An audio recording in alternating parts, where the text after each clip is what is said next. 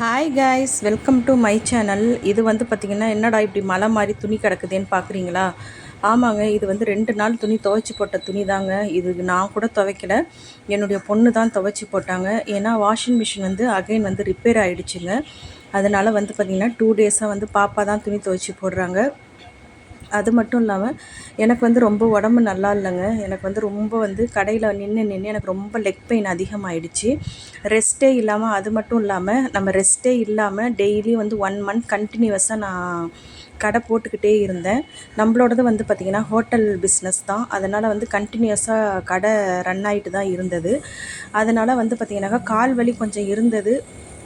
இருந்தாலுமே வந்து பார்த்திங்கனாக்கா நான் வந்து கொஞ்சம் ரெஸ்ட் எடுத்து நான் பண்ணிகிட்ருந்தேன். இருந்தாலுமே அந்த ரெஸ்ட்டு வந்து எனக்கு போதுமானதாக இல்லாததுனால எனக்கு சடனாக வந்து நல்ல பெயின் வந்து லெக் பெயின் வந்து அதிகமாகிடுச்சிங்க.